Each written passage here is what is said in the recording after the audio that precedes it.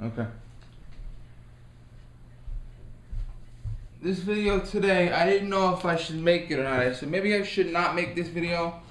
And then I said, okay, I will make the video. But later on, and then I said, no, I'm making it today. I saw something today, and it said, no, I gotta get this video done today. I try as hard as I can not to get political, even though sometimes it's hard, especially with being pro-gun. You have to get political. Guns are politics. But I have to address this issue. The name of this video is the truth, and truth will be in capital letters, about the Republican Party's history of racism. Now, every Martin Luther King Day, I see liberals. Keep in mind, there are conservative Democrats, there are liberal Republicans. Every Martin Luther King Day, I always see liberals, Democrats basically, talking about Dr. King and talking about how great he was. And I sincerely believe he was a great person, I really do.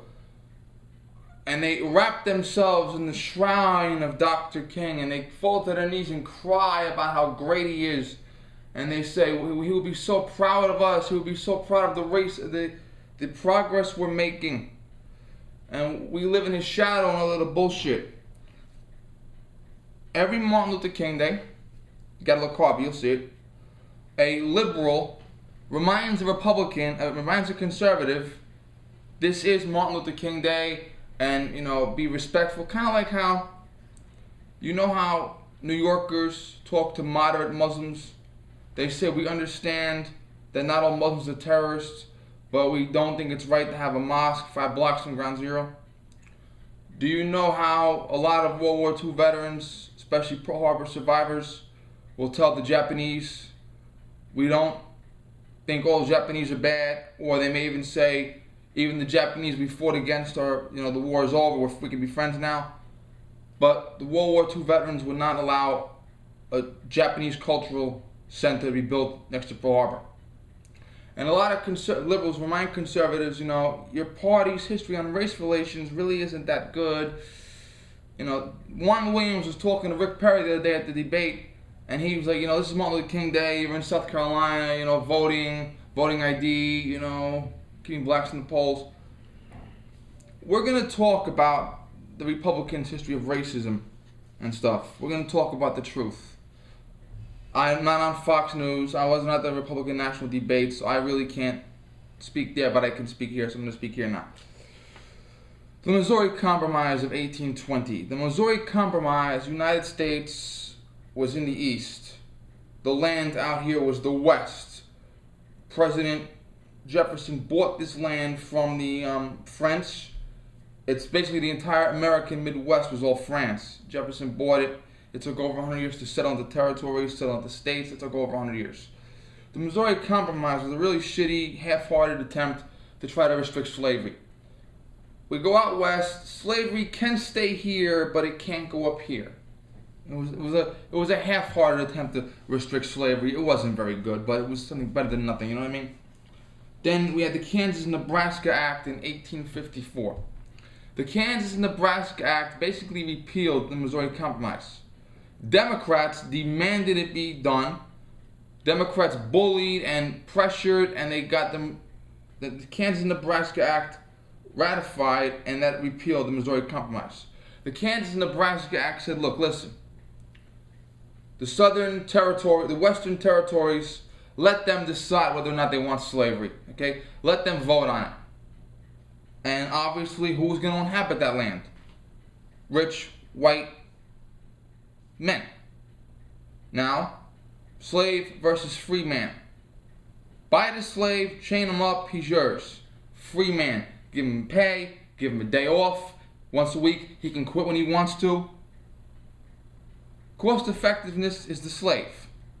So you know goddamn well that when you go out west, they were going to say, yeah, let's have slavery. Not a big deal. Let's have slavery. It's cheaper. You knew they were going to vote for slavery. We had farming going on out west. We had cattle raising going on out west. We would eventually have an intercontinental railroad going out west. We would have more than double the amount of states we have. So you knew they were going to bring slaves out there. And the other party, Whig, W-H-I-G, Whig, was very, very disgruntled by this. Some Whigs said, well, the Democrats are too powerful. Some Whigs said, slavery's not that big of a deal.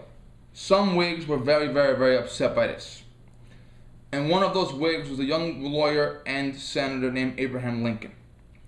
Now, Lincoln and other Whigs decided to leave the party. The Whig party damn near disintegrated overnight. It was a very, very quick downfall. And they formed a new party.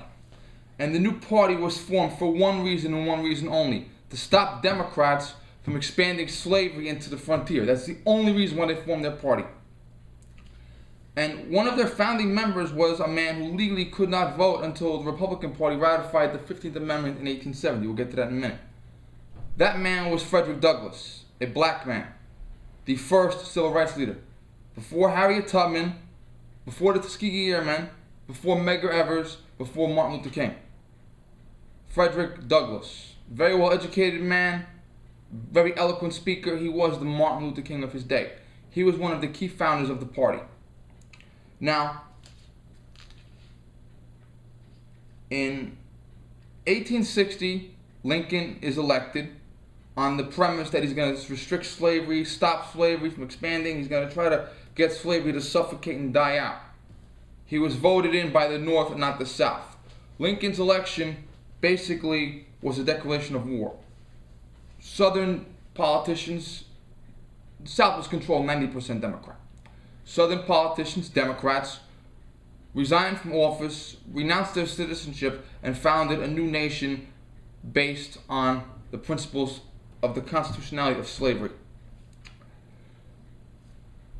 And we had the North and West, the North and South. There were actually some slave states that decided to stay with the Union, border states they're called. The Civil War. The North will say the Confederacy started it, the South will say the Union started it. That's an entirely different conversation. It wasn't just slavery, it was also a bunch of other economic reasons and political reasons, other bullshit. But the Civil War happened. During the Civil War, 1863, January 1st, President Lincoln signed the Emancipation Proclamation. It freed a lot of slaves in the South for several reasons. The slaves needed to come north and join the Union Army to help fight. Also, Lincoln needed to demoralize the Confederacy. Also, here's the clock. Also, Lincoln needed to remind the Confederacy, you're still in our country and I'm still the president. Lincoln was assassinated. After the war ended, a few days later, Lincoln was assassinated. Lincoln was assassinated by a white supremacist Democrat, John Wilkes Booth. John Wilkes Booth was a fanatically left-wing actor. Wow. Didn't see that coming. John Wilkes Booth killed Lincoln for a bunch of reasons. The number one reason is Lincoln was going to help the black people become free. He even said it. Lincoln's last speech was given on a balcony. John Wilkes Booth is in the audience. We're going to have welcomed the slaves. We're going to free them. We're going to give them rights. That's what pushed Wilkes Booth over the edge. He was already nuts, but that's what really made him, oh, now you're going to really get it from me. So John Wilkes Booth did the sensible liberal thing. Gunshot, back of the head, in front of the wife while you're unarmed. John Wilkes Booth was a coward. Little known fact, John Wilkes Booth's brother Edwin Booth saved Robert Lincoln from being hit by a train. He was a devout Republican. He voted for Lincoln twice. And he and Robert Lincoln were friends for the rest of their lives. So after Lincoln was assassinated, his party decided that his death should not be in vain. They should do what he wanted to do and help continue the legacy of emancipation and freedom. Ever hear the joke, 40 acres and a mule? I hear a lot of comedians talk about we were supposed to get 40 acres and a mule. The Republican Party proposed giving every former slave 40 acres of land, which is a lot. I mean, a lot of men today don't own 40 acres of land. 40 acres of land and a mule. You could tie a cart to the mule, he becomes a truck. You could tie a backhoe to him using the farm. Mule's like the tractor of its day. Lincoln's successor, Democrat Andrew Johnson, vetoed it. Let me check my time. 1 second, please. I'll just check. Oh, I'm way under. Okay, so if anybody wonders why the former slaves didn't get some some back pay, ask Andrew Johnson. The 13th, 14th, and 15th Amendments. The Emancipation Proclamation was an executive order. Any other president, Andrew Johnson maybe, could have torn it up and said, okay, no more Emancipation Proclamation, you're still slaves, get back into the chains. The Republican Party decided we need to have some form of legality to keep the slaves free forever. So they wrote the 13th Amendment, which abolished slavery in the entire United States. Yes, they did. 100% of Republicans voted for it. I've heard no Democrats voted for it. I've heard 23% of Democrats voted for it. But I know 100% of Republicans voted for it. The 14th Amendment said because the slaves are no longer slaves, they should be given citizenship. So, every former slave is now a citizen. And every descendant of a slave is a citizen. If you claim slavery in your ancestry, and I know many people that do, they claim slavery in their ancestry, you are a citizen because of the 14th Amendment. 100% Republicans vote for, 100% Democrats vote against. It is what it is, my friends. 15th Amendment. And a lot of people say Republicans' long history of keeping minorities from the polls. 15th Amendment says the former slaves, now citizens, and their descendants should have a right to vote. 100% Republicans vote for, 100% Democrats vote against.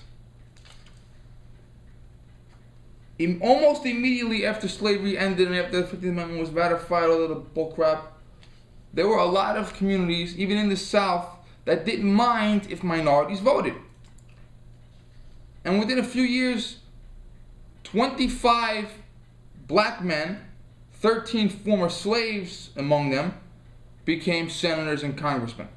The first black senator, was a Union Army officer from the Chaplain Corps, Reverend Revels. He was elected to the senator from the state of Mississippi, to fill the seat that Jefferson Davis held before the Civil War.